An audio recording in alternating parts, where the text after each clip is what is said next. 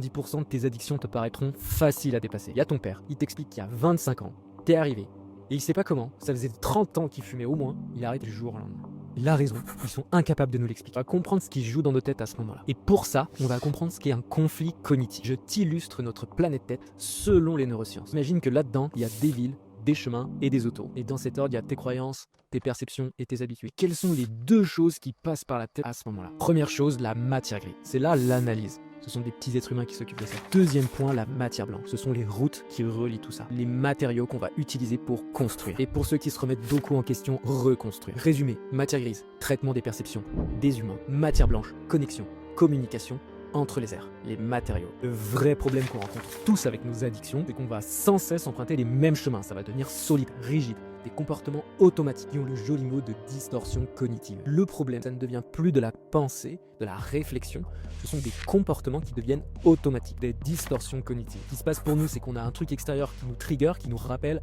une pensée, boum, qu'on a en nous, on a un comportement et ensuite on obtient une récompense. Et on tombe dans le cercle vicieux des addictions. Aïe aïe aïe, le piège de la dopamine inconsciente. Et pour sortir de la boucle des addictions, le mode papa provoqué peut d'un seul coup créer une nouvelle autoroute, une nouvelle construction qui vont automatiquement s'aligner avec des valeurs profondes, nos croyances, les maisons, créer une multitude de nouveaux chemins, nos perceptions de nous-mêmes et obliger nos reconstructions rapides de toutes les routes là-dedans, nos habitudes. Voilà comment une personne se transforme, change rapidement et naturellement. La bonne nouvelle, c'est qu'on n'est pas obligé d'attendre un événement comme celui-ci pour changer. Des praticiens en psychothérapie peuvent vous aider à voir l'identité qui est déjà présente en vous pour vous aider à changer naturellement. Rapidement, ça dépendra que de votre bonne volonté. Ce dont on a besoin pour changer est toujours là depuis le début. Merci pour ton attention et pour comprendre tout ce qui joue dans ta tête, abonne-toi. Pourquoi ton père a arrêté de